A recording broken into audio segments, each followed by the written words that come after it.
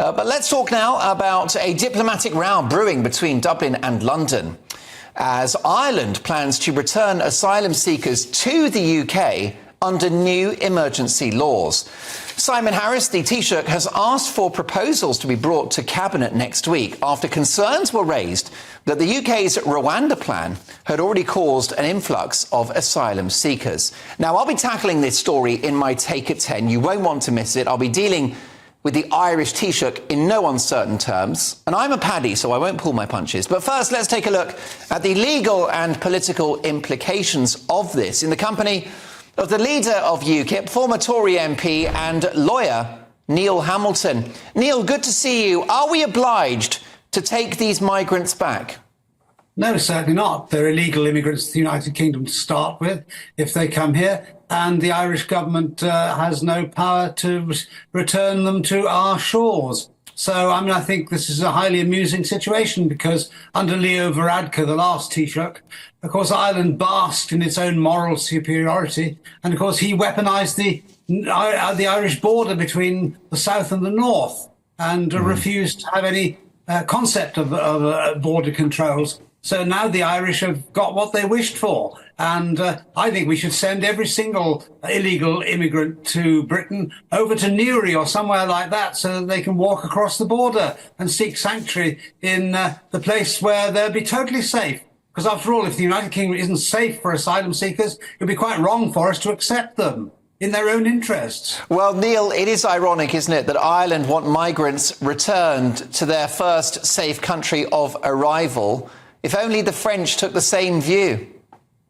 Well, indeed. And of course, it was the Dublin Agreement of the EU which established this principle in the first place. But now Dublin seems to have rejected its own named agreement. But this just points up the total hypocrisy of governments all over the place where they want to escape their own responsibility for the migration catastrophe which has now engulfed us all.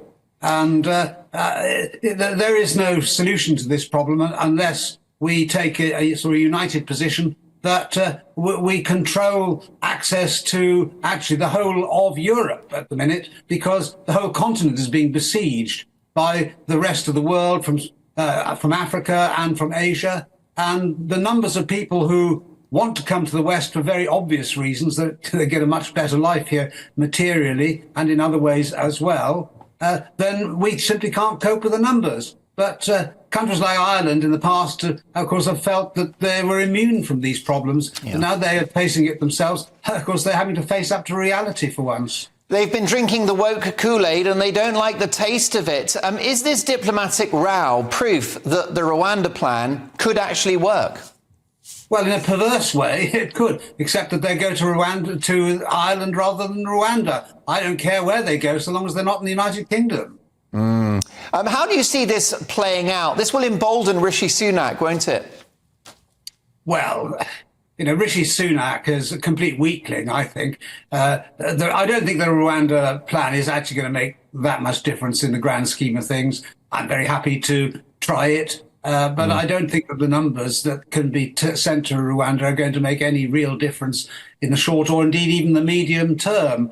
The big elephant in the room, which Sunak has utterly failed to grapple with, is that because of the European Convention on Human Rights and the UN Refugee Convention, then we can't be a sovereign country controlling our own borders, and nor actually can any signatory of those agreements. And so until we recognise the reality that these agreements were signed 3/4 of a century ago in a completely different world, and they're not fit for the purpose today, then there's going to be no legal answer to this problem. So I think that Britain should leave both of them, and we'll control our own borders as an independent nation. Yes, we want to give sanctuary to genuine asylum seekers, but overwhelmingly they are bogus, the ones who are landing up on our shores.